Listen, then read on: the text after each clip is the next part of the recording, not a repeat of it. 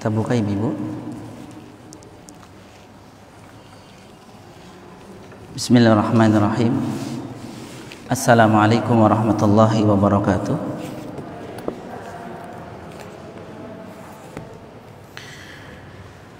Innal hamdalillah nahmaduhu wa nasta'inuhu wa nastaghfiruh wa na'udzu billahi min syururi anfusina wa min sayyiati a'malina. Man yahdihillahu fala mudhillalah wa man yudlil fala hadiyalah. Asyhadu an la ilaha illallah wahdahu la syarikalah wa asyhadu anna Muhammadan abduhu wa rasuluh. Allahumma salli ala Muhammadin wa ala ali Muhammad. Qala ta'ala a'udzu billahi as-sami'il 'alim minasyaitonir rajim. Ya ayyuhalladzina amanu taqullaha haqqa tuqatih wa la tamutunna illa wa antum muslimun. Wa qala ya ayyuhalladzina amanu taqullaha wa qulu qawlan sadida yuslih lakum a'malakum wa yaghfir lakum dhunubakum wa may yuti'illaha wa rasulahu faqad faza fawzan 'azima. Tsumma amma ba'du. Wa qala Rasulullah sallallahu alaihi wa ala alihi wasallam fa inna asdaqal hadithi kitabullah wa khairal huda huda Muhammadin sallallahu alaihi wasallam wa syarrul umuri muhdatsatuha wa kullu muhdatsatin bid'ah wa kullu bid'atin dhalalah. Ibu-ibu yang dirahmati Allah Subhanahu wa taala, kita awali majelis yang mulia di pagi yang mulia ini dengan memanjatkan puji dan syukur kita kepada Allah Subhanahu wa taala. Pada kesempatan yang indah ini kita bersama-sama dikumpulkan kembali di tempat dan di suasana yang mudah-mudahan Allah Subhanahu wa taala memberkahi kita semua, selalu memberikan kebaikan kepada kita semua, dan melalui wasilah amal saleh yang kita lakukan di pagi yang mulia ini, kita berdoa kepada Allah Subhanahu wa taala semoga kita diberikan istiqomah dalam agamanya sampai dengan akhir hayat kita. Amin ya rabbal alamin. Dengan wasilah amal saleh yang kita lakukan di pagi yang mulia ini, kita memohon kepada Allah Subhanahu wa taala semoga Allah Subhanahu wa taala selalu menjaga kita dari segala keburukan, menjaga kita dari segala mara bahaya, baik keburukan yang datang dari luar maupun keburukan yang datang dari kita sendiri. Dan melalui majelis yang mulia ini atau amal saleh di pagi yang mulia ini, kita memohon kepada Allah Subhanahu wa taala semoga Allah Subhanahu wa taala selalu menjaga kita dari segala penyakit, menjaga kita dari segala hal keburukan, selalu diberikan kesehatan oleh Allah Subhanahu wa taala, selalu diberikan ghirah atau semangat, dan selalu diberikan kemudahan oleh Allah Subhanahu wa taala untuk menunaikan kewajiban kita sebagai hamba Allah Subhanahu wa taala. Semoga doa kita terkabul, amin ya rabbal alamin. Baik ibu-ibu sekalian rahimakumullah, insyaallah taala pada kesempatan pagi yang mulia ini kita melanjutkan, ya, kita akan melanjutkan kajian kita yang alhamdulillah di kesempatan bulan yang lalu kita sampai di bab ke-16 dan kemudian sudah memulai masuk di bab ke-17. Betul ibu ya? Ya, ini ketika kita membahas mengenai bab,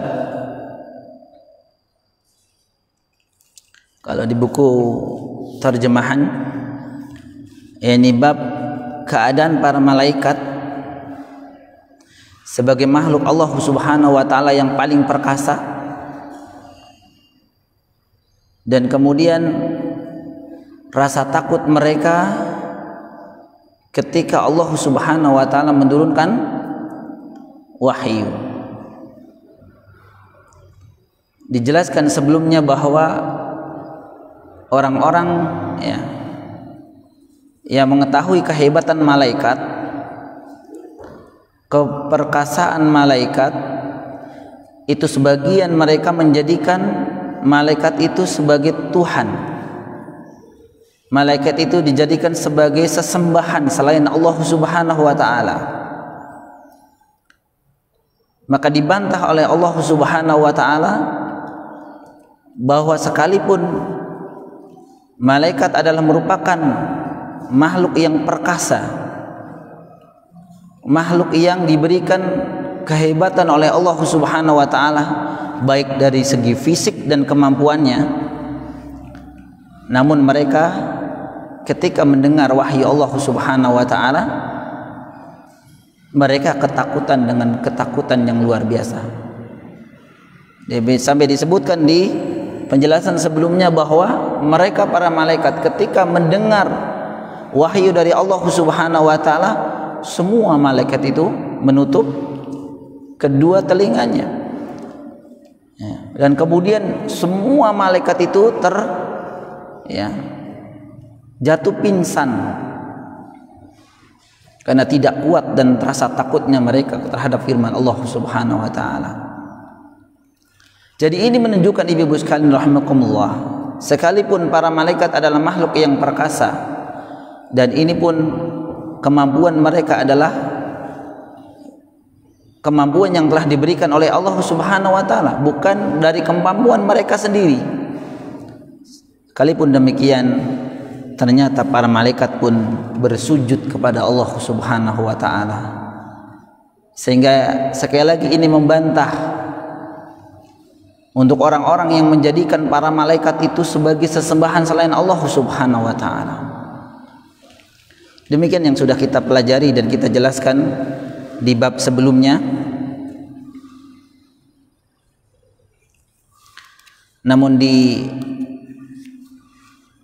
buku aslinya ini, bab mengenai keadaan malaikat sebagai makhluk perkasa dan yang paling takut kepada Allah Subhanahu wa taala adalah digambarkan, judulnya adalah bab firman Allah Subhanahu wa taala, qaulullahu subhanahu wa taala, hatta idza fuzzi'a an qulubihim qalu madza qala rabbukum qalul haqqa wa huwal aliyyul kabir. Di surat Saba ayat 23. Jadi ketika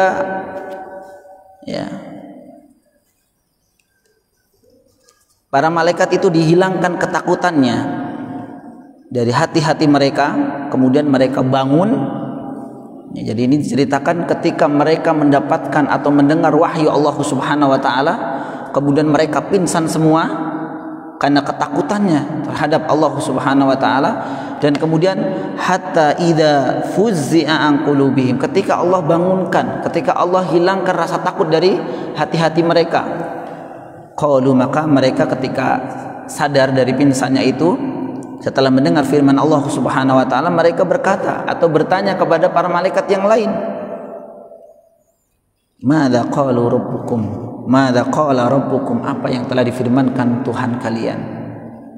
Maka sebagian malaikat yang lain atau dijawab oleh penghuru para malaikat, yaitu malaikat Jibril alaihissalam, qaulul haqqa, yaitu perkataan yang hak, wa huwal aliyyul kabir, dan ialah Allah Subhanahu wa taala yang maha tinggi dan maha besar.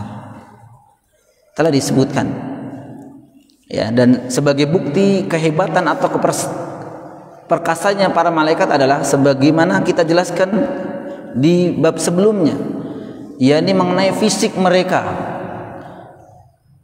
fisik badan mereka. Subhanallah, para malaikat ada yang diceritakan memiliki 2 sayap, 3 sayap, 4 sayap, bahkan lebih dari itu, ya. Bahkan malaikat Jibril alaihissalam, malaikat ya, penghulunya para malaikat, pemimpinnya malaikat itu memiliki berapa sayap kemarin Ibu? Berapa sayap? 600 sayap. 600 sayap. Jika satu sayap dibentangkan, satu sayap Ibu ya, itu dibentangkan oleh malaikat Jibril alaihissalam, maka tertutuplah ufuk barat dan ufuk timur. Ini baru satu. Jika 2, jika 3, jika 4, dan bahkan jika 600. Subhanallah. Begitu juga kita jelaskan mengenai besarnya malaikat. Ya. Disebutkan malaikat pemikul arsy Allah, di antaranya adalah malaikat peniup sangkakala. Ya, jadi malaikat pemikul arsy Allah itu di antaranya adalah malaikat yang meniup sangkakala.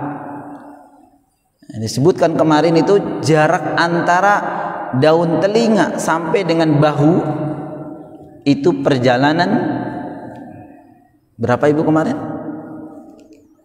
Perjalanan sekitar 50.000 tahun. Subhanallah.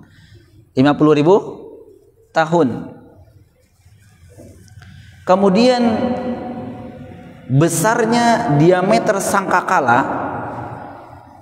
Nah ini ya, sekalipun yang diceritakan adalah besarnya diameter sangkakala. Nah ini secara tidak langsung menjelaskan bahwa bagaimana keadaan para malaikat jika sangkakalanya juga sebesar itu. Disebutkan kemarin bahwa diameter sangkakala itu, diameter itu jarak tengah Ibu ya, itu perjalanan atau sejauh langit dan bumi. Langit dan bumi, subhanallah. Sedangkan langit ke langit selanjutnya itu jarak berapa tahun ditempuh Ibu? 500.000 tahun. Subhanallah. Jika diameter dari sangkakala sedemikian besarnya, maka malaikat yang akan meniup sangkakala tersebut tentu ya itu lebih besar daripada itu. Subhanallah. Kemudian juga banyaknya atau jumlah para malaikat. Disebutkan ya bahwa jumlah para malaikat itu lebih banyak dibanding dengan jumlah makhluk Allah yang dinamakan dengan manusia. Ya, dinamakan lebih banyak dengan makhluk lebih banyak daripada manusia. Subhanallah. Dibuktikan apa ibu-ibu sekalian rahimakumullah, bahwa ketika Nabi SAW itu ketika peristiwa Isra Mi'raj ya, kemudian diperlihatkan oleh Nabi SAW, itu satu tempat ya yang dinamakan dengan Baitul Ma'mur. Maka Nabi SAW bertanya kepada malaikat Jibril tentang ya apa itu tempat yang dinamakan dengan Baitul Ma'mur. Maka Jibril alaihissalam menjawab bahwa Baitul Ma'mur itu setiap harinya ibu-ibu sekalian itu masuk di Baitul Ma'mur tersebut para malaikat dengan jumlah sekitar kurang lebih 7.000 malaikat. 7.000 malaikat atau 70.000 malaikat ya, saya lupa. Kemudian melaksanakan sholat di sana. Dan kemudian malaikat itu keluar dari Baitul Ma'mur dan tidak akan kembali selama-lamanya. Jadi dia memiliki satu kesempatan saja. Nah, jika setiap harinya berjumlah 70.000 atau 7.000 itu ya, setiap harinya, dan itu tidak kembali lagi, maka jika harinya sampai dengan hari ini, ibu-ibu sekalian rahimakumullah, maka berapa jumlah para malaikat? Bahkan ditegaskan dalam hadis yang diriwayatkan Imam Ahmad ya, bahwa Nabi SAW menjelaskan tidak ada satu ruang pun yang jaraknya atau lebarnya cuma 4 jari. 4 jari itu kan kecil ibu ya, kecuali di sana terdapat malaikat. Jadi kalau memang jarak 4 jari aja sudah ada malaikat, bagaimana dengan keadaan kita di alam semesta ini yang begitu luas dan begitu lebar? Tentu para malaikat jumlahnya lebih banyak. Demikian ibu sekalian rahimakumullah, ini yang sudah kita bahas sebelumnya, dan insyaallah ta'ala kita ingin melanjutkan kembali. Sepertinya juga kita sudah memasuki bab yang kemarin kita sebutkan, yaitu bab asy-syafa'ah, bab syafaat ibu ya, bab syafaat, yang ini kita sudah jelaskan pula. Ini masih panjang sehingga saya ulang kembali ibu sekalian ya, bahwa ditanyakan kepada Syekh Muhammad bin Shalih Al-Utsaimin rahimahullah taala, ma hiya syafa'ah? Apa itu yang dinamakan dengan syafa'ah? Ya. Wa anwa'uha, dan apa macam-macam syafaat? Nah, tentu saja sebelum pembahasan ini kita ya jauh ke sana, maka kita harus mengetahui tentang makna dari syafaat terlebih dahulu. Jangan sampai kita bicara panjang lebar tentang syafaat, maka kita tidak mengetahui tentang makna dari syafaat. Asy-syafa'ah, kata beliau rahimahullah taala, itu diambil dari kata asy-syaf'u ya, min kalimah asy-syaf'u, dari kata asy-syaf'u yang artinya bidul al-witru, kata beliau seperti itu. Yani syafa'ah berasal dari kata asy-syaf'u, yaitu bid al-witru, itu kebalikan dari kata witir, kebalikan dari kata witir. Sedangkan witir sendiri kita maknanya apa ibu sekalian? Witir, kadang kita mengatakan ayo kita sholat witir. Witir itu artinya ganjil. Sehingga makna dari syafa'ah, asy-syaf'u bimakna didul al-witru, kebalikan dari witir. Artinya ibu sekalian rahimakumullah, bahwa syafa'ah itu artinya genap. Syafa' artinya genap. Dan ini disebutkan oleh Allah Subhanahu wa taala dalam surat Al-Fajr. A'udzu billahi minasyaitonir rajim.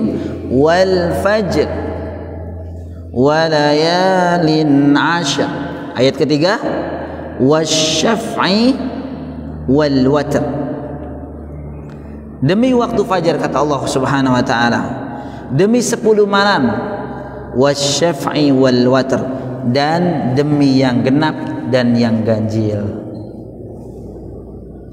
Demi yang genap dan yang ganjil. Ya.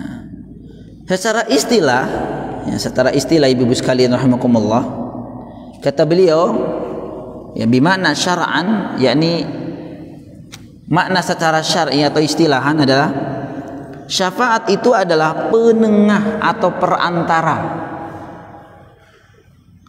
Ya, kata beliau rahimahullah taala bahwa syafaat itu adalah penengah atau perantara, menjadi penengah atau perantara bagi yang lain dengan mendatangkan suatu kemanfaatan, dengan mendatangkan satu kemanfaatan atau suatu kemanfaatan,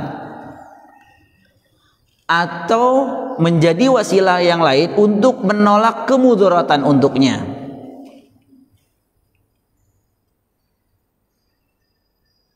Ya,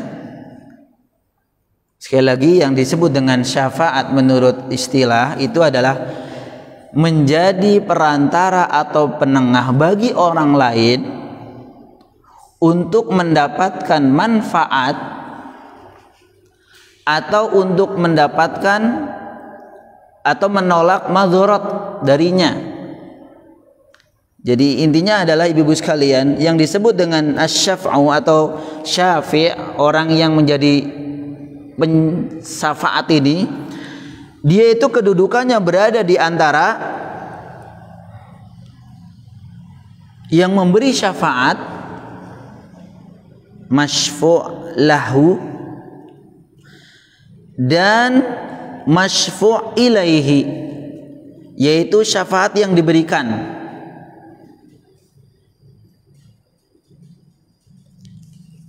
Jadi orang yang memberikan syafaat itu, ibu-ibu sekalian, itu kedudukannya di tengah-tengah antara yang memberikan syafaat. Nah, yang memberikan syafaat siapa, ibu?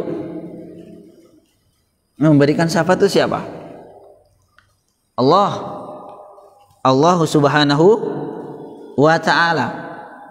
Dan kemudian berada di antara yang memberi syafaat dan yang dengan syafaat yang diberikan. Allah ini syafaatnya. Jadi syafi', orang yang memberikan syafaat itu berada di tengah ini. Tentu atas izin Allah, nanti kita jelaskan, diizinkan oleh Allah agar syafaat ini diberikan kepada yang dituju. Nah, jadi ilustrasinya seperti ini, ibu sekalian. Kenapa dinamakan syafaat itu dinamakan genap? Syafaat itu kenapa dinamakan genap? Ya, saya pelan-pelan ibu sekalian ya.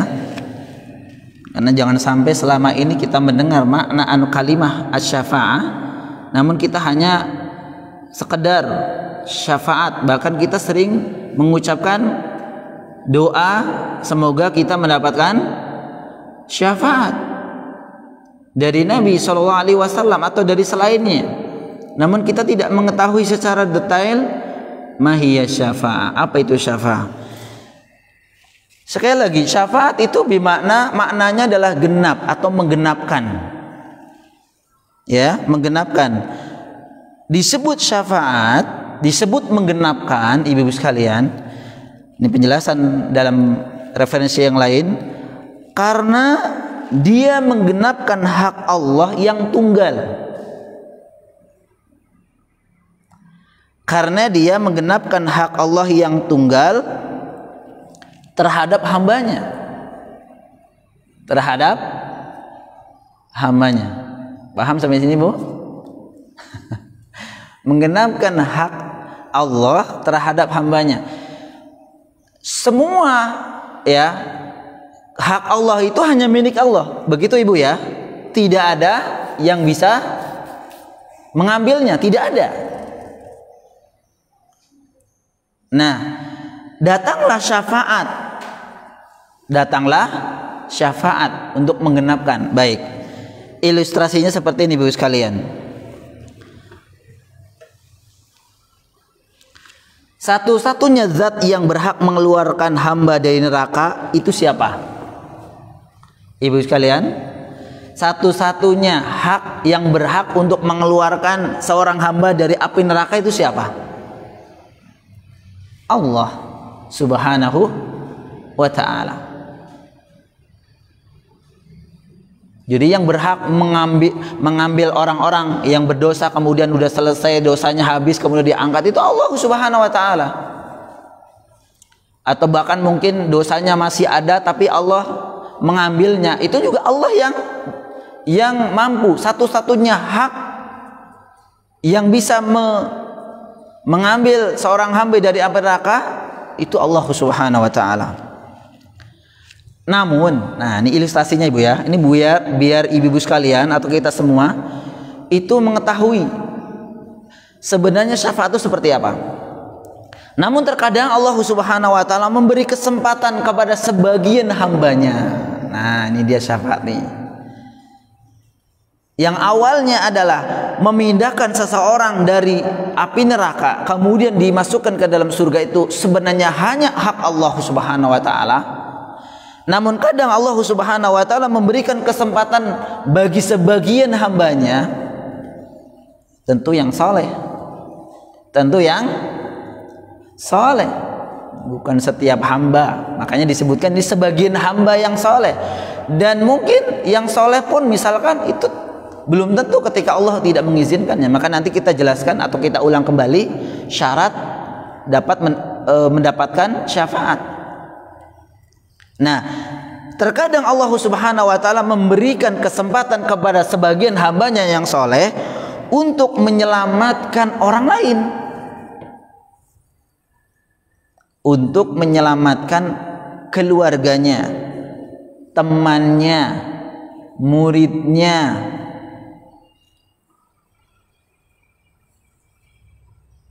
Tentu sesuai dengan kehendak Allah Subhanahu wa taala. Tentu sesuai dengan kehendak Allah Subhanahu wa taala. Sehingga ibu-ibu sekalian, dari ilustrasi ini seolah-olah ya, seorang hamba yang tadi diberikan kesempatan oleh Allah Subhanahu wa taala untuk memberikan manfaat kepada orang lain, keluarganya, temannya, muridnya, atau memberikan manfaat berupa menghilangkan madharat darinya, itu kan mengambil dari api neraka ke surga, itu kan menghilangkan madharat dia dan kemudian memberikan manfaat berupa dimasukkan ke dalam jannah Allah Subhanahu wa taala sesuai dengan kehendak Allah tentu. Maka seolah-olah hamba yang tadi diberikan kesempatan tadi ibu-ibu sekalian, itu kedudukannya menggenapkan hak tunggal Allah dalam menyelamatkan manusia dari api neraka. Sampai di sini paham Ibu? Mudah-mudahan paham ya.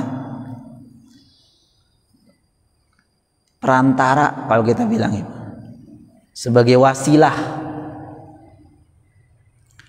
Makanya kan syafaat menurut kita atau kita terjemahkan itu pertolongan. Benar Ibu ya? Pertolongan.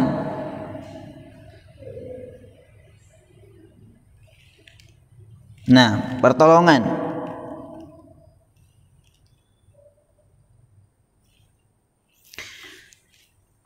Mudah-mudahan ilustrasi yang tadi saya sampaikan ini itu bisa menjadikan referensi bahwa makna dari syafaat adalah demikian yang telah disebutkan. Kemudian ibu sekalian, kemarin kita bahas syarat bisa menerima syafaat ibu ya, atau sebelumnya kita bahas ya, sebelum syarat mendapatkan syafaat, berkenaan dengan buku yang ibu pegang, yakni ternyata syafaat itu dibagi menjadi dua. Syafaat itu dibagi menjadi dua. Syafa'ah tsabitah sahihah. Yang pertama ini Bu, syafa'ah tsabitah sahihah. Apa ini artinya Bu ya? Syafa'ah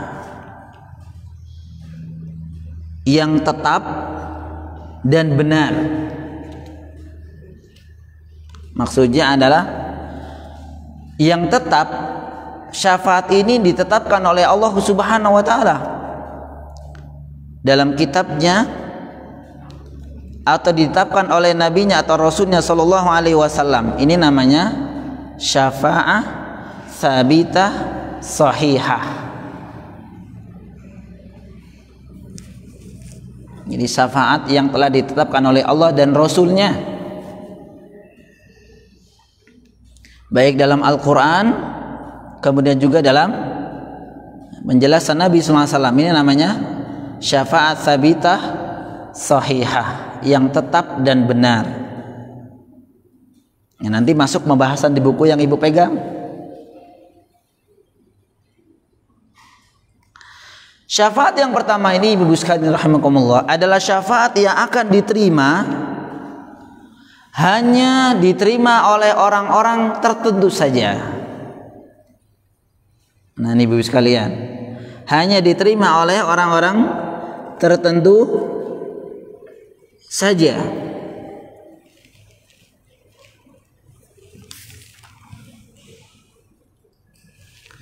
Ini diperuntukkan untuk orang-orang yang mentauhidkan Allah Subhanahu wa taala saja.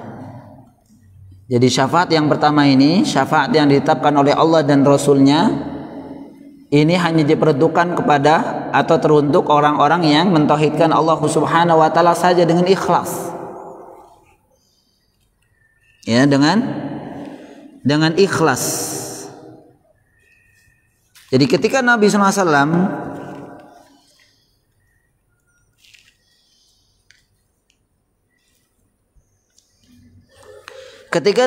ditanya oleh Abu Hurairah radhiyallahu taala anhu, ditanya tentang siapa yang paling berbahagia kelak di hari kiamat mendapatkan syafaatmu ya Nabi?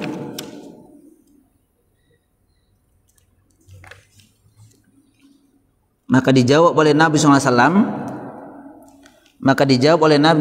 adalah, merekalah orang yang mengucapkan kalimat la ilaha illallah.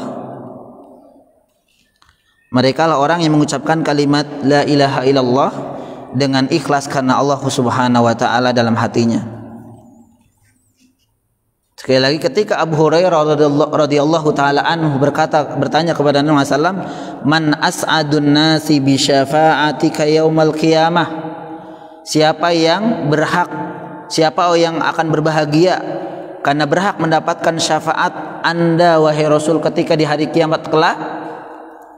Qala sallallahu alaihi wasallam, maka Rasulullah menjawab, as'adun nasi bi syafa'ati yaumal qiyamah man qala la ilaha illallah khalisan min fi qalbi wa nafsih. Jadi orang yang paling bahagia, kata Nabi SAW ketika ditanya oleh sahabat Abu Hurairah radhiyallahu taala anhu, siapakah yang berhak atau yang paling bahagia kelak di hari kiamat akan mendapatkan syafaat darimu ya Rasulullah? Maka beliau SAW, as'adun nas yaumal bi syafaati yaumal qiyamah, orang yang paling bahagia akan mendapatkan syafaatku di hari kiamat kelak adalah man qala la ilaha illallah khalisan fi qalbi wa nafsi, yaitu orang-orang yang mengucapkan la ilaha illallah ikhlas dalam hatinya dan jiwanya. Maka disebutkan tadi bahwa syafaat yang pertama ini hanya untuk orang-orang yang mentauhidkan Allah Subhanahu wa taala. Tidak diperuntukkan untuk orang-orang yang mensekutukan Allah Subhanahu wa taala, sebagaimana zon ya disebutkan di buku yang ibu-ibu sekalian pegang. Tidak seperti yang diprasangkakan oleh orang-orang musyrik bahwa mereka bisa mendapatkan syafaat dari sesembahan mereka selain Allah Subhanahu wa taala. Dan ini termasuk dari jenis syafaat yang kedua, nanti kita jelaskan. Maka dari hadis yang mulia tadi, hadis diriwayatkan Imam Bukhari, Imam Ahmad dan yang lainnya, itu syarat untuk mendapatkan syafaat, syarat untuk memperoleh syafaat itu ada 3. Ada 3 atau 4 ibu kemarin? Ibu udah catat kemarin? 3 ya. Jadi syarat mendapatkan syafaat itu yang pertama adalah keriduan Allah Subhanahu wa taala. Keriduan Allah Subhanahu wa taala terhadap pemberi syafaat. Terhadap pemberi syafaat. Siapakah yang memberikan syafaat, ibu-ibu sekalian? Siapa yang dapat memberikan syafaat yang dikehendaki oleh Allah, yang diridhoi oleh Allah Subhanahu wa taala? Ya. Minal anbiya was-salihun wal mu'minun. Dari para nabi, kemudian juga dari orang-orang yang soleh dan orang-orang yang beriman lainnya.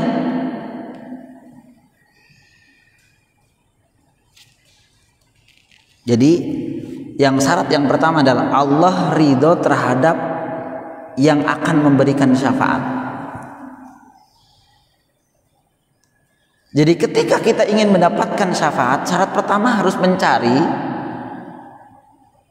orang-orang atau siapa saja yang telah diridhoi oleh Allah Subhanahu wa taala untuk memberikan syafaat. Ya tentu di antaranya adalah yang akan memberikan syafaat itu siapa, Ibu? Nabi sallallahu alaihi wasallam. Nah, ini satu nih. Memang sering kita mendengar, kita mudah-mudahan kita mendapatkan syafaat dari Nabi sallallahu alaihi wasallam. Dan memang betul, ibu-ibu sekalian, Nabi sallallahu alaihi wasallam itu akan memberikan syafaat. Ya. Sebagaimana dijelaskan di dalam hadis yang diriwayatkan Imam Bukhari dan Imam Muslim. Ya, fa akhbara Nabi sallallahu alaihi wasallam annahu ya'ti fayasjudu li rabbih wa hamidahu. Ketika Nabi sallallahu itu datang ketika hari kiamat, itu akan bersujud kepada Allah Subhanahu wa taala dan kemudian menyanjung dan memuji Allah Subhanahu wa taala. Kemudian la yabda'u bi syafa'atin awwalan. Beliau tidak langsung memberikan syafaat terlebih dahulu. Summa yuqalu lahu, maka dikatakan kepadanya, irfa' ra'saka wa qul tusma'. Kata Allah, angkat kepalamu wahai Muhammad, katakanlah, niscaya akan didengar yang akan kamu katakan. Was'al tu'ta, mintalah kepadaku sesuatu, maka niscaya aku akan kabulkan apa yang kau minta. Washfa' tusyaffa', maka berilah syafaat, niscaya akan diterima syafaat yang kamu berikan itu. Jadi di akhirat kelak, di antara yang diridhoi Allah Subhanahu wa taala atau diizinkan oleh Allah Subhanahu wa taala, diridhoi oleh Allah Subhanahu wa taala untuk memberikan syafaat adalah Nabi sallallahu alaihi wasallam. Maka jika jelas bahwa Nabi sallallahu alaihi wasallam adalah satu di antara orang yang akan memberikan syafaat kelak, Ibu sekalian ya, jadi kita minta atau kita melalui wasilah dari Nabi sallallahu alaihi wasallam agar mendapatkan syafaat. Cari caranya. Kemudian yang kedua, atau yang selain dari Nabi SAW yang bisa memberikan syafaat Allah ridho itu siapa, Ibu? Al-Quran.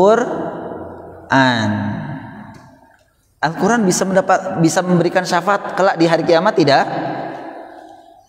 Memberikan. Sebagaimana Nabi SAW bersabda, ya, Iqra'ul Quran fa innahu ya'ti yaumal qiyamah syafi'an li ashabi, atau kama qala Nabi sallallahu alaihi wasallam, bahwa bacalah oleh kalian Al-Quran, kata Nabi, bacalah Al-Quran, fa innahu, maka sesungguhnya dengan membaca Al-Quran tersebut, ya'ti yaumal qiyamah, bacaan itu akan datang, Al-Quran itu akan datang kepada kalian. Untuk apa? Syafi'an, akan memberikan pertolongan, memberikan syafaat li ashabi, bagi pembacanya. Jadi cari ibu-ibu sekalian yang diridhoi oleh Allah Subhanahu wa taala untuk memberikan syafaat kelak. Nabi sallallahu alaihi wasallam. Kemudian yang kedua Al-Qur'anul Karim. Caranya seperti apa? Kalau Al-Qur'an, kalau Nabi SAW caranya adalah dengan mengikuti Nabi SAW, dengan mengikuti benar, dengan benar ya, bukan hanya pengakuan, mengikuti apa yang dibawa, apa yang dicontohkan, apa yang disampaikan oleh Nabi SAW tanpa menambah dan mengurangi. Dengan sendirinya insya Allah kita akan mendapatkan syafaat dari Nabi SAW. Namun berbeda dengan orang yang mengharapkan syafaat dari Nabi SAW kelak di hari kiamat, namun dari sisi lain dia tidak taat kepada Nabi SAW. Dia justru menyelisihi Nabi SAW, atau mungkin dia ya menambah dan mengurangi ajaran Nabi SAW, atau tidak mengakui ajaran Nabi SAW. Satu di antara dari sekian banyak yang diajarkan oleh Nabi SAW untuk kita ibu-ibu itu apa? Anjuran Nabi SAW untuk kita ibu-ibu ya, bukan saya ya, ibu-ibu. Itu apa kira-kira di antaranya? Menutup aurat. Ini ajaran siapa? Ajaran Nabi SAW. Maka ketika kita ingin mendapatkan syafaat di hari kiamat kelak dari Nabi SAW adalah dengan mengikuti apa yang dicontohkan, apa yang diajarkan oleh Nabi SAW. Di antara yang diajarkan oleh Nabi SAW untuk ibu-ibu adalah apa? Menutup aurat ketika keluar rumah. Kalau di rumah masih terserah ibu. Kalau di rumah mau pakai rok pendek, mau pakai baju lekbong, ibu ya. Karena mungkin yang melihat adalah suaminya, kecuali ada anak-anaknya ya, itu juga harus diperhatikan. Bukan berarti ada anak-anak saya ini tapi anaknya udah gede, berbahaya juga. Jangan terlalu, kecuali di kamar berdua sama suaminya masih terserah. Menutup aurat di sini adalah keluar rumah. Apa yang aurat bagi wanita? Yang disebutkan oleh Nabi SAW, dijelaskan oleh para ulama. Itu mulai dari ujung rambut sampai ujung kaki, kecuali wajah dan telapak tangan. Keluar rumah ibu. Ribet pakai kaos kaki. Misal, jangan, karena mungkin kaki ini masih si kaki dilihat, justru mungkin karena setan berkeliaran ibu-ibu ya, dilihat dari kakinya ya, mungkin misalkan maaf ya, warna kulitnya putih, dia akhirnya terasuk oleh setan dan kemudian membayangkan. Tapi kalau tertutup insya Allah Ta'ala, karena ini pun janji Allah Subhanahu Wa Ta'ala dalam surat Al-Ahzab ayat 59 ya ibu ya. Allah Subhanahu Wa Ta'ala berfirman, A'udzubillahi samil alim minasyaitonir rajim. Ya ayyuhan nabi qul li azwajika wa banatika wa nisa'il mu'minin yudnina 'alaihinna min jalabibihinna. Wahai Nabi, katakan kepada istri-istrimu, anak-anak wanitamu dan istri-istri orang yang beriman. Apa yang dikatakan untuk mereka ibu-ibu sekalian? Yudnina 'alaihinna min jalabibihinna, agar mereka itu menutupkan ke tubuh mereka itu hijab, kecuali yang dikecualikan. Karena dengan demikian akan lebih dikenal seorang muslimah. Dan kemudian dalam lanjutan ayat ini mereka akan aman, dijaga oleh Allah Subhanahu Wa Ta'ala. Ini janji Allah. Maka di antara ingin mendapatkan syafaat dari Rasulullah SAW, yang beliau SAW adalah orang yang diridhoi oleh Allah Subhanahu Wa Ta'ala, yang kelak akan memberikan syafaat, maka caranya adalah di antaranya dengan mengikuti apa yang diajarkan oleh Nabi SAW. Jangan memilih, jangan memilah. Jangan memilih dan jangan memilah. Jika memang itu ada tapi kok berat, nah maka hukumnya berbeda lagi. Fattaqullaha mastata'tum, bertakwalah kalian semampu kalian, tapi jangan pura-pura ya. Kalau infak, kalau ibadah mengenai infak mah saya nggak mampu, sedangkan ATM-nya penuh. Saya mah tenaga aja dah, uang itu kayaknya gitu. Ini bukan fattaqullaha mastata'tum, bertakwalah kepada Allah semampu kalian, bukan. Dia mampu. Allahu a'lam, Allah Maha tahu. Kemudian misalkan ibu diwajibkan untuk sholat, ya, rukun di antara sholat adalah berdiri ibu ya. Tapi kalau ibu lagi sakit, sakitnya apa nih? Kalau sakit panu yang nggak boleh duduk. Ambien misalkan ibu ya, asam urat misalkan, faliyadzubillah.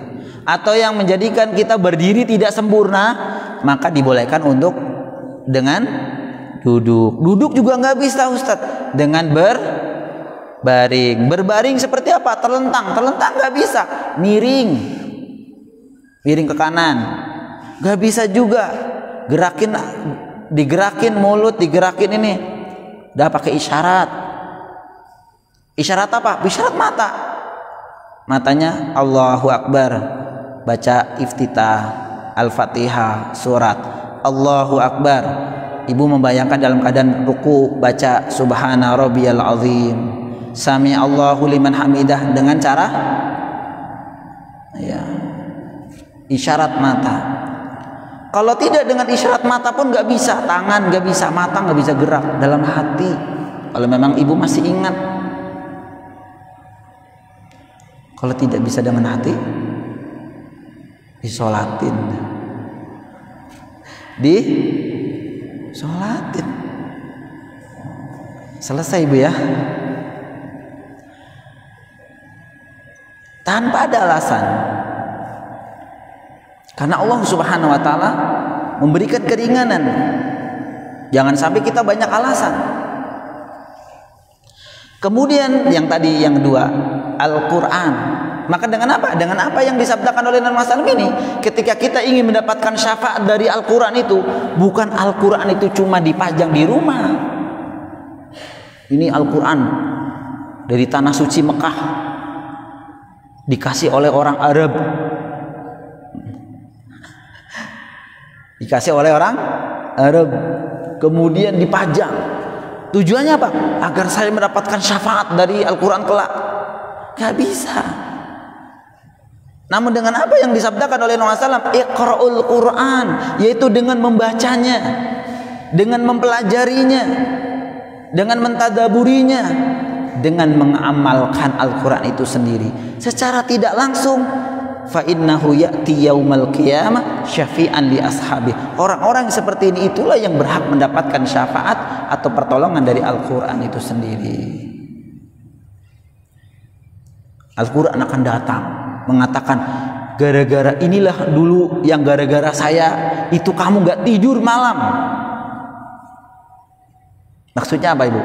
Karena mungkin di malam Ramadan itu ibu tilawatul Quran semalam, istirahat hanya sedikit, istirahat, bangun, baca Al-Quran lagi. Terutama di 10 hari terakhir di bulan Ramadan, leyep sebentar, bangun, baca Al-Quran lagi. Al-Quran akan datang. Ini loh dulu saya yang dulu gara-gara saya engkau itu tidak lelap tidurnya, gara-gara saya engkau tidurnya sedikit. Ibarat ibu sekalian, ketika ada orang yang kelelep, tahu kelelep nggak bu? Ketilem bahasa Jawanya ya Pak ya. Kelelep, tenggelam. Itu udah tinggal tangan sama mata saja misalkan ini. Itu datang, atau tahu-tahu datang seutas tali kecil, talinya kecil. Apa yang kira-kira ibu lakukan waktu itu? Langsung dipegang dan kemudian sedikit demi sedikit ditarik ke atas. Subhanallah. Dalam keadaan seperti ini kita tidak perlu dunia, kita tidak perlu harta, kita tidak perlu kemewahan, tidak perlu. Saya waktu itu hanya ingin keselamatan. Dan demikian pula sebenarnya yang terjadi ketika kelak di hari di padang mahsyar sana, ibu-ibu sekalian rahimakumullah, di padang mahsyar sana, di mana keadaan seluruh manusia dari Nabiullah Adam alaihissalam sampai dengan akhir zaman kelak hari kiamat itu semua dalam keadaan telanjang, menanti untuk hari hisab, menanti untuk hari pembalasan, yang pada waktu itu satu yang kita inginkan, pertolongan. Tapi bagaimana? Masing-masing memikirkan diri kita sendiri, ibu sekalian. Maka ketika Nabi SAW mengatakan bahwa pada waktu itu orang-orang itu telanjang bulat, maka Aisyah bertanya, ini wajar ibu ya? Telanjang? Kalau bahasa kita telanjang, bener wahai Rasulullah? Iya, telanjang. Nah terus nanti lihat-lihatan atuh, gitu ya? Kalau kita kan pikirannya ke situ. Sama dengan Ummul Mukminin Aisyah radhiyallahu taala bertanya kepada Nabi, itu benar itu telanjang? Masya Allah, pada waktu itu, hari itu hari yang dahsyat, yang penuh dengan kekhawatiran dan ketakutan, karena masing-masing menanti hisab. Maka tidak mungkin ada orang itu melihat kanan kiri, tidak. Maka ketika itu ibu sekalian, ketika dalam ketakutan yang begitu dahsyat, kekhawatiran yang begitu dahsyat, bagaimana perasaan orang-orang yang ketika itu datang syafaat, datang pertolongan, tentu dari apa yang telah mereka perbuat selama di dunia. Tentu saya gambarkan ini kecil sebenarnya, ketika tadi orang mau tenggelam kemudian tidak ingin dikasih uang. Coba ibu, kalau ada orang tenggelam, nih uang nih gitu, segepok 100 ribuan, mau nggak kira-kira betul? Kamu saya angkat jadi direktur, gak mau dia, ibu-ibu sekalian. Dia maunya apa? Sebatang kayu kecil, atau seutas tali yang mungkin kita tuh anggap, bahkan kita lihat jadi sampah tuh tali. Tapi kalau diletakkan kepada dia, itulah yang mereka raih pasti yang pertama. Karena mereka dalam keadaan demikian itu inginnya adalah selamat.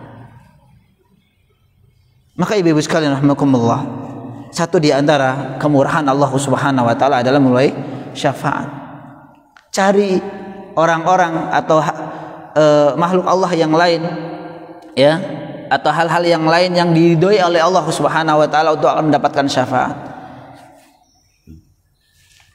Kemudian syarat kedua ibu sekalian, kemudian kita sampaikan, setelah keridhaan Allah terhadap yang akan memberi syafaat atau kepada syafi', yang kedua adalah keridhaan Allah Subhanahu wa taala terhadap orang yang akan memberikan syafaat tersebut. Keridhaan Allah terhadap yang diberi syafaat tersebut, yaitu masyfu' lah.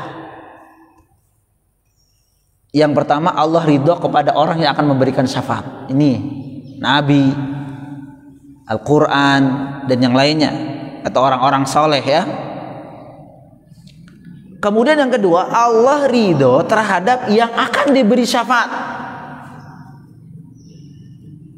Nah, yang kedua inilah yang disebutkan tadi di hadis diriwayatkan Imam Bukhari dan yang lainnya, yang disebutkan oleh Abu Hurairah radhiyallahu taala anhu ketika bertanya, ya Rasulullah, ya, as'adun nas man as'adun nas yaumal qiyamah bi syafaatik, atau kama qala, siapa orang yang paling bahagia mendapatkan syafaatmu kelak di hari kiamat?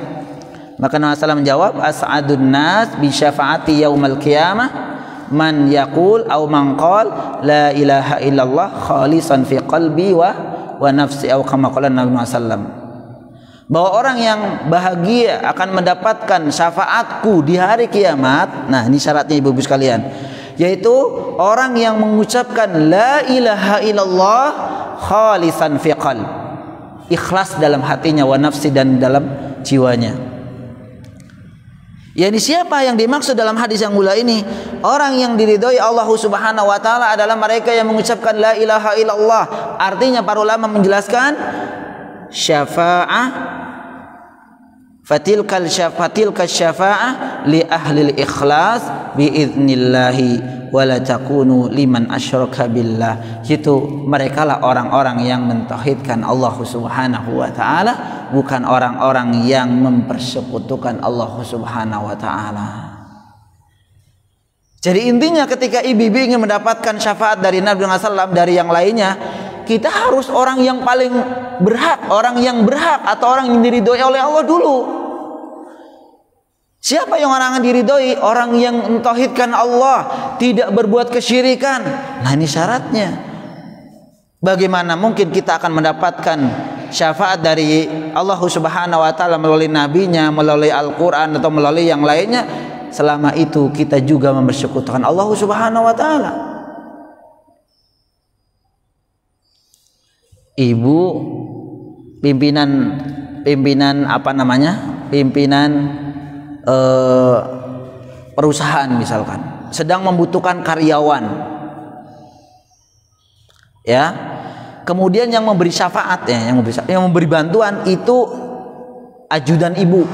Ajudannya mengatakan gini, Bu, ada keponakan saya, dia canggih, ibu, pintar, pandai IT, yang sedang ibu butuhkan ini pas untuk dia. Nah, ini ajudan ibu itu namanya syafaat, yang mewasilai ibu, ya. Ketika datang, ya udah besok datang. Ketika datang dilihat orangnya, ternyata dia pernah nabrak mobil ibu di jalan, nggak tanggung jawab. Kira-kira ibu nerima dia nggak? Lah, ini mah orang yang kemarin nabrak mobil saya nggak ridho dia untuk masuk di perusahaan saya. Nah, itu maksudnya. Dia yang tadi akan diberikan syafaat tidak diridhoi oleh Allah Subhanahu wa taala. Maka bagaimana mungkin kita akan mendapatkan syafaat kalau kita tidak termasuk orang yang diridhoi Allah Subhanahu wa taala? Siapa yang diridhoi Allah Subhanahu wa taala? Ahlu tauhid. Titik. Ibu sekalian, ahlu tauhid yang menunggalkan Allah Subhanahu wa taala dalam ibadah. Ini bukan hanya pernyataan saja dalam hati, dalam lisan tapi keyakinan dalam hati dan perbuatan. Intinya jauh dari kesyirikan. Nah, bagaimana mungkin ada seseorang yang meminta kepada kuburan, meminta kepada malaikat, meminta kepada nabi setelah meninggalnya, meminta kepada orang-orang saleh yang sudah meninggal. Artinya mereka meminta kepada sesuatu tadi itu sesuatu yang menjadi hak Allah Subhanahu wa taala, meminta keselamatan, meminta rizki, meminta dan yang lainnya. Yang permintaan itu menjadi hak prerogatif Allah Subhanahu wa taala. Bukan ini termasuk kesyirikan? Kemudian kita menganggap bahwa kita akan mendapatkan syafaat. La yumkin abadan. Maka ini syarat kedua tidak akan terwujud. Jika tidak ada, maka kita tidak akan mendapatkan syafaat, ibu-ibu sekalian. Maka sekali lagi, keridhaan Allah terhadap yang akan diberi syafaat, yaitu kita. Kita ingin mendapatkan syafaat, harus orang yang diridhoi Allah Subhanahu wa taala. Dalilnya tadi ada yang ditanyakan oleh Abu Hurairah radhiyallahu taalaan. Kemudian syarat ketiga, ya, izin Allah Subhanahu wa taala.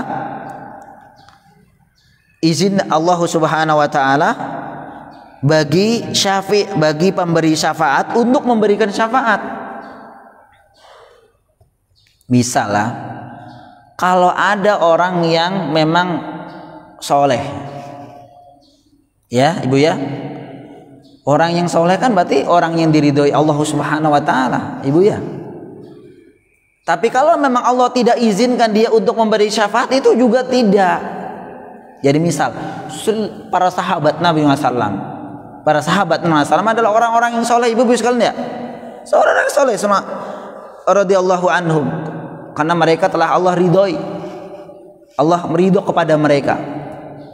Namun satu persatunya dari sahabat itu, apakah Allah izinkan? Oh, kamu ya, apa semua diizinkan? Tidak. Ada yang diizinkan oleh Allah untuk memberikan syafaat, ada yang tidak.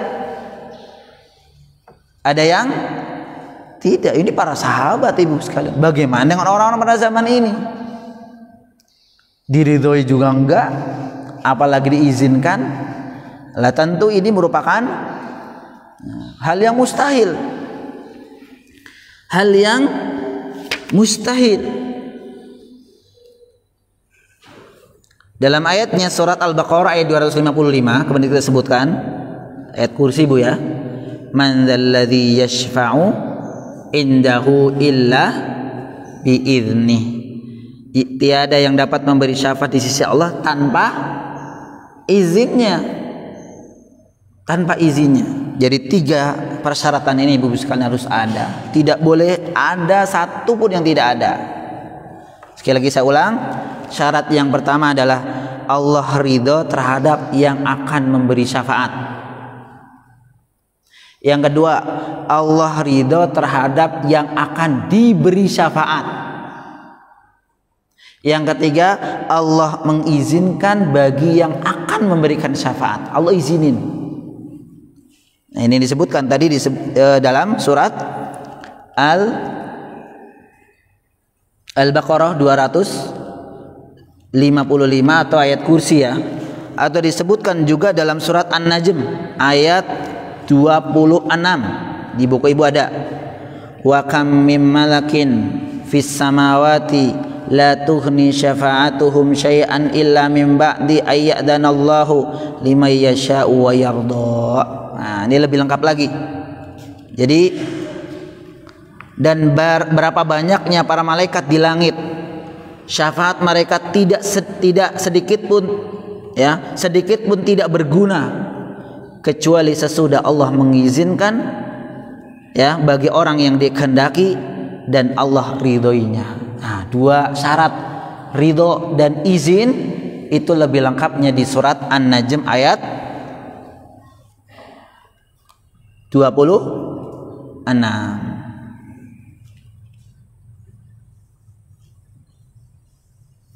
Ini yang pertama Ibu sekalian, yaitu syafaat sabitah sahihah. Mudah-mudahan tidak bingung Ibu ya. Waktunya masih panjang insyaallah. Kemudian Ibu sekalian, syafaat yang telah ditetapkan oleh Allah dan Rasulnya dalam Al-Quran maupun dalam hadis Nabi Muhammad SAW itu para ulama membagi menjadi 2 nih. Nah ini Bu ya, para ulama membagi 2. Yang pertama adalah syafaatul amah. Amah. Apa arti amah Ibu? Umum. Amah itu artinya umum. Syafaatul amah artinya syafaat yang umum. Artinya bahwa Allah Subhanahu wa taala mengizinkan siapa saja yang dikehendaki dari hamba-hambanya yang soleh untuk memberikan syafaat kepada orang lain yang juga diizinkan oleh Allah untuk memperoleh syafaat. Nah, jadi syafaat umum itu maksudnya dari Ibu sekalian, Allah mengizinkan kepada siapa saja yang dikehendaki oleh Allah tentu dari hamba-hambanya. Maksudnya adalah selain dari Nabi Ibu ya, selain dari Nabi SAW, dari hamba-hambanya untuk memberikan syafaat dengan izinnya tentu, untuk memberi syafaat kepada orang lain yang tentu orang lain ini adalah yang diizinkan oleh Allah Subhanahu wa taala.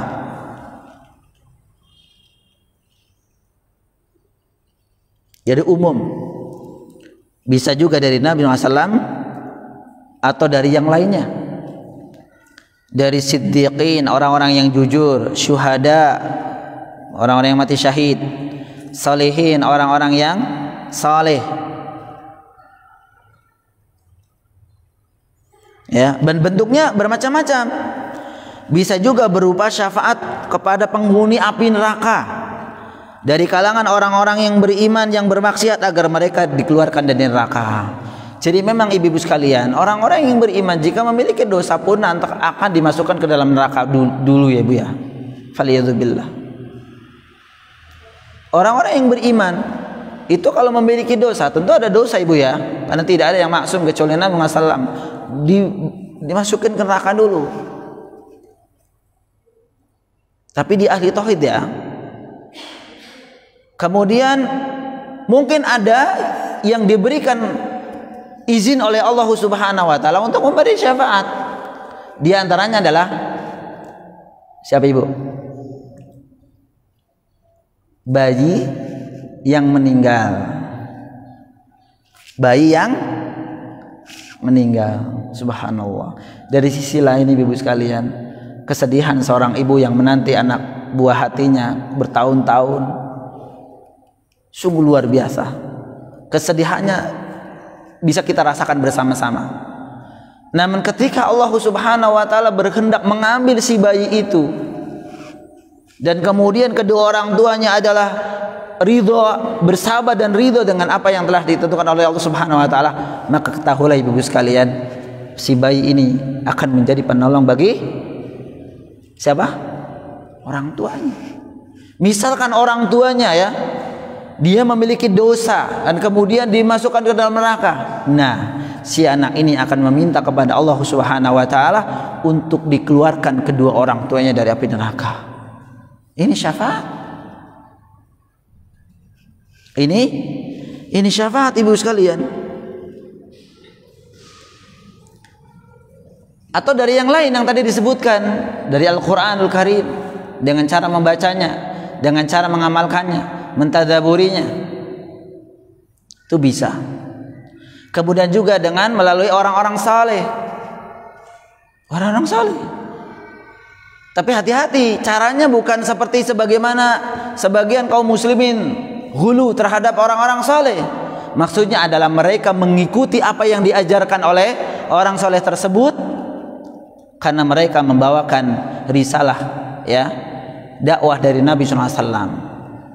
Itu maksudnya, bukan dielulukan.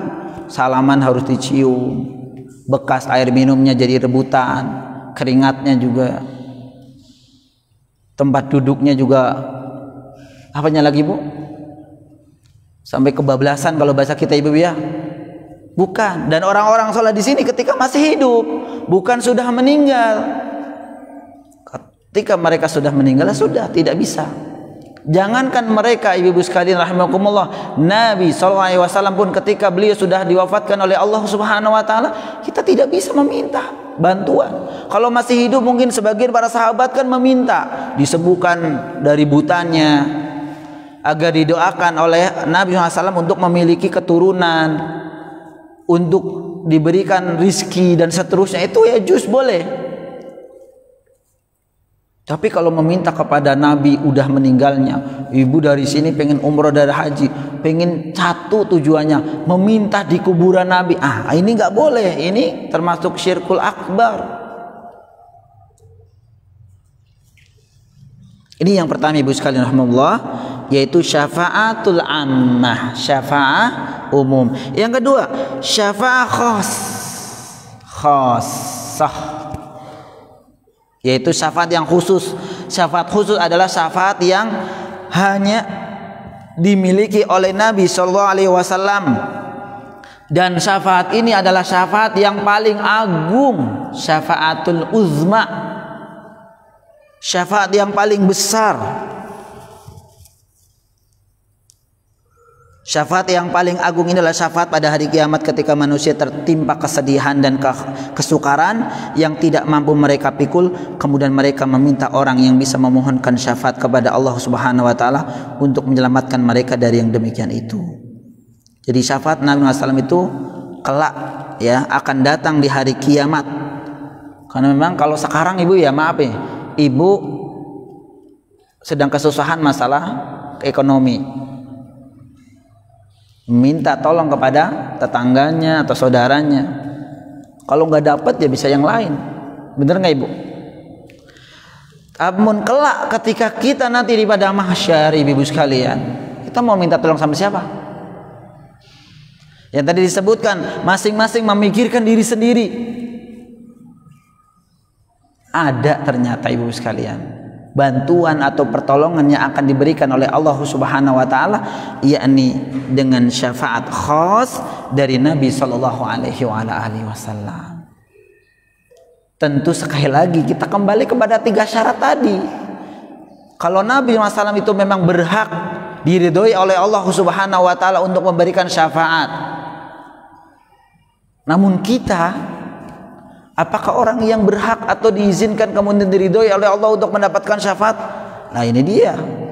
Kalau kita dalam hidup kita itu tidak meminta apa, tidak mengikuti Nabi Muhammad SAW, bagaimana? Atau hanya sekedar pengakuan saja? Apa yang mereka lakukan sebenarnya menyimpang dari jalan Nabi Muhammad SAW, namun mereka mengaku ini adalah jalannya Nabi Muhammad SAW. Ini pun berbahaya. Ya.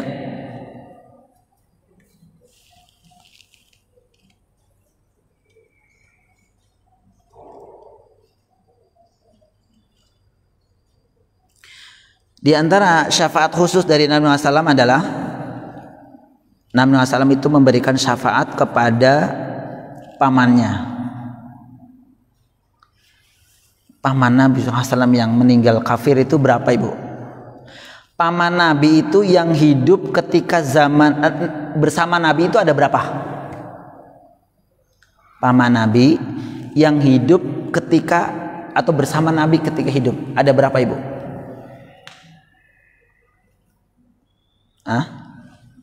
4. Abu Lahab, terus Abu Thalib, Abbas, dan Hamzah. Benar, Ibu ya? Siapa aja, Ibu? Abu Lahab, Abu Thalib, Abbas, dan Hamzah. Yang dua yang pertama ini kafir.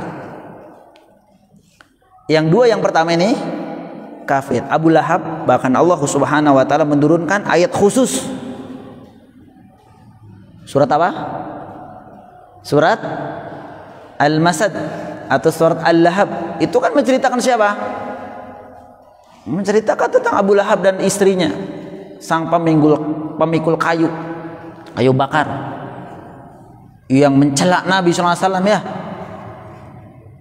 Yang kedua Abu Lahab. Yang kedua Abu Thalib, yang insya Allah akan disebutkan di bab selanjutnya, yaitu ketika Nabi SAW itu ingin memberikan syafaat. Nah ini Bu ya, ingin memberikan pertolongan ketika masih hidup ya pamannya untuk mengucapkan apa? Kalimat tauhid la ilaha illallah.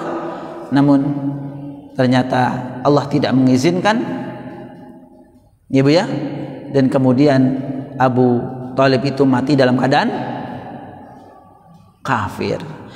Nah, satu di antara syafaat Nabi SAW kepada pamannya Abu Thalib adalah Abu Thalib itu berada di permukaan api neraka. Berada di permukaan api neraka, terbakar mata kakinya. Faliyubillah.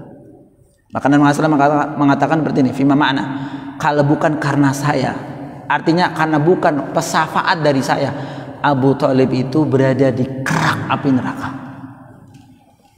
Nah ini syafaat, tapi bukan kemudian Abu Thalib diangkat, tidak. Abu Thalib tetap disiksa, tapi di permukaan. Tapi ibu jangan bilang, gak apa-apa di permukaan dah. Faliyubillah. Jangan. Itu syafaat khus, ini khas dari Nabi SAW diberikan kepada pamannya Abu Thalib, yaitu disiksa di api neraka itu di permukaannya. Nah, beliau mengatakan kalau bukan karena syafaatku, maka Abu Thalib pamanku itu berada di kerak api neraka. Kerak itu apa Bu? Kerak itu ya di atasnya tungku api persis Ibu ya. Faliyubillah. Dan itu tempatnya orang-orang munafik. Innal munafiqina fi dzarkil asfali minan nar. Orang-orang munafik itu tempatnya di kerak api neraka. Faliyubillah. Kemudian yang terakhir contohnya adalah syafaat Nabi SAW diberikan kepada ahlul jannah untuk masuk jannah. Diberikan kepada ahlul jannah. Ahlul jannah itu orang yang masuk surga untuk dimasukkan ke dalam surga. Maksudnya apa ya? Seperti ini. Karena ahlul jannah itu ketika melewati sirat mustaqim, mereka akan diberhentikan di atas jembatan. Ya Bu ya, antara jannah dan api neraka. Lalu hati mereka satu sama lain disucikan sehingga menjadi suci. Kemudian barulah diizinkan masuk jannah dan dibukakan untuk mereka pintunya dengan syafaat Nabi SAW. Nah ini maksudnya. Dan yang kedua, nah Ibu sekalian ya, yang kedua yang pembahasan kita adalah yakni setelah tadi syafa'ah sabitah sahihah, maka yang kedua adalah syafa'ah batilah. Syafa'ah batilah, batil. Apa syafaat batil Ibu sekalian?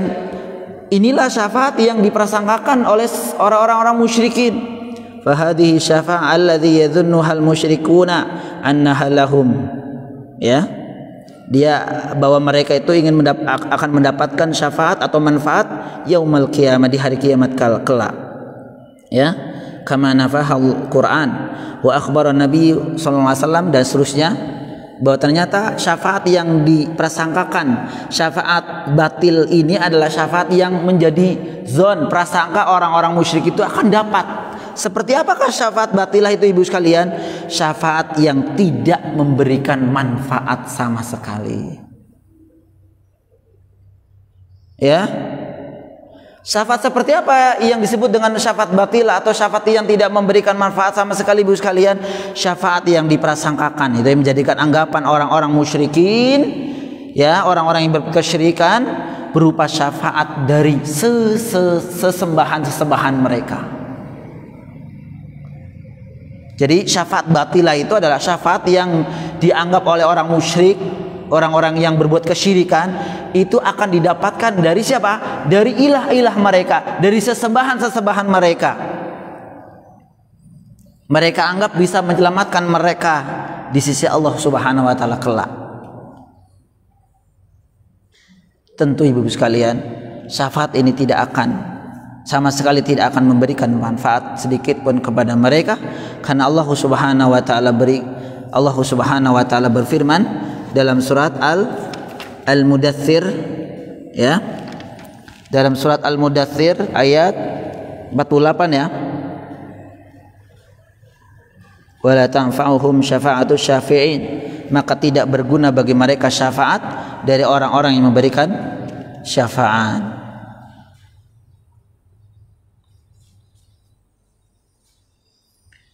Kenapa mereka tidak mendapatkan syafaat Ibu sekalian?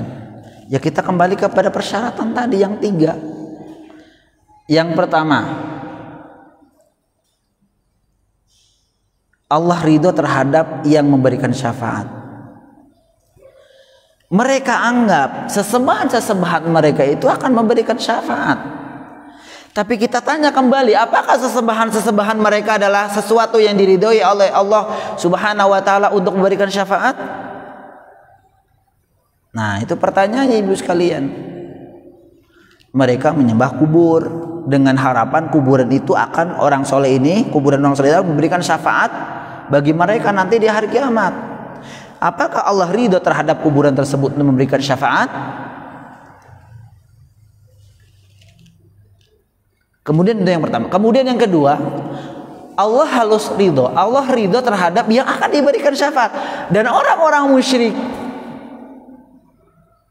orang-orang yang musyrik, orang-orang yang berbuat menyekutukan Allah Subhanahu wa taala, apakah dia termasuk orang yang diridhoi Allah? Tidak. Yang diridhoi Allah Subhanahu wa taala sebagaimana Nabi disebutkan, ya, dari sahabat Abu Hurairah radhiyallahu taala anhu, beliau SAW mengatakan, as'adun nas bi syafaati yaumal qiyamah man qala la ilaha illallah khalisan fi qalbi wa nafsi, atau kama qala Nabi sallallahu. Dia jelas bahwa orang yang akan mendapatkan syafaat, orang yang diridhoi Allah Subhanahu wa taala untuk mendapatkan syafaat adalah mereka orang yang mentauhidkan Allah.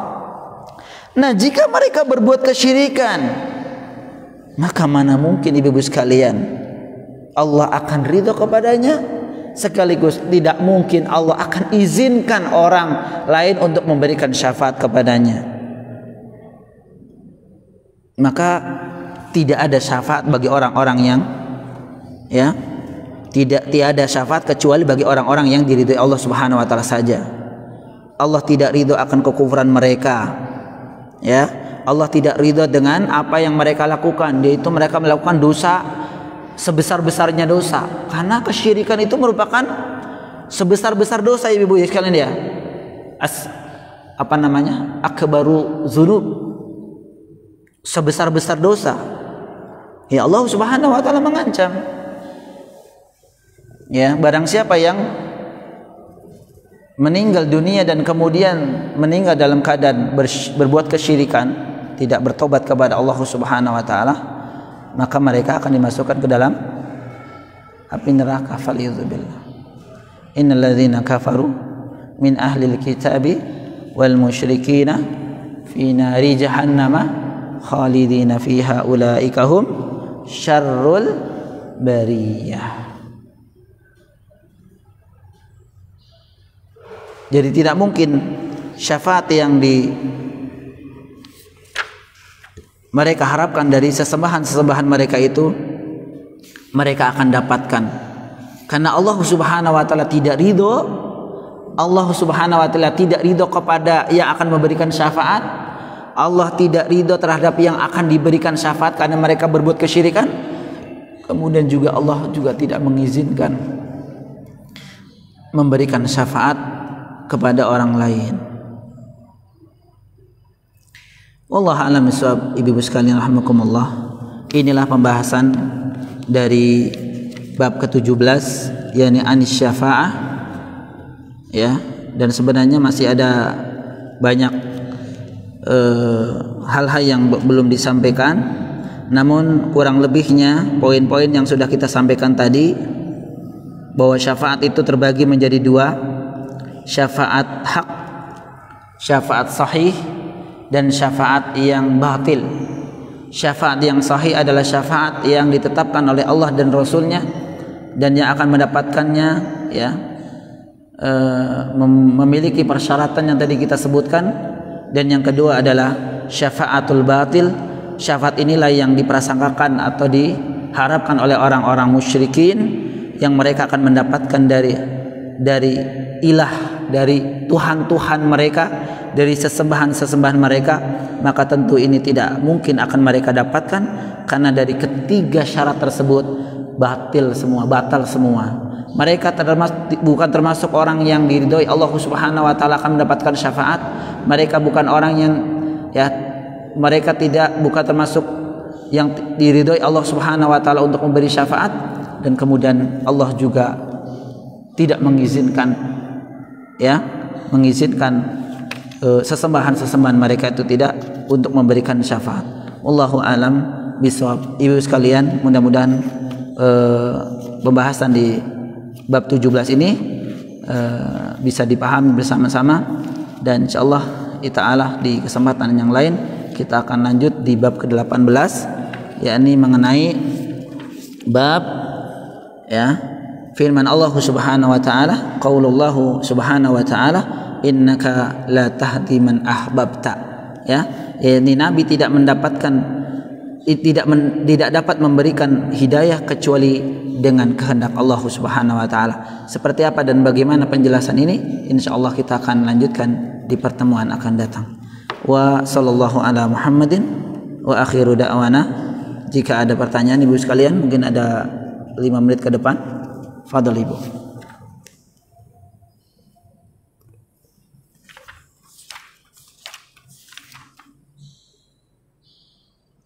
Baik. Kalau tidak ada ibu-ibu sekalian, saya akhiri pertemuan di pagi yang mulia ini. Mudah-mudahan pertemuan ini diberkahi oleh Allah Subhanahu wa taala, dan kemudian menjadi timbangan kebaikan bagi kita semua ibu-ibu, ya, dan menjadi wasilah bagi kita untuk selalu mendapatkan kebaikan dan hidayah dari Allah Subhanahu wa taala, dan mudah-mudahan kita selalu diberikan istiqamah dalam agamanya. Amin ya rabbal alamin. Kita akhiri pertemuan di pagi hari ini dengan doa penutup majelis. Subhanakallahumma wa bihamdika asyhadu an la ilaha illa anta astaghfiruka wa atubu ilaik. Assalamualaikum warahmatullahi wabarakatuh.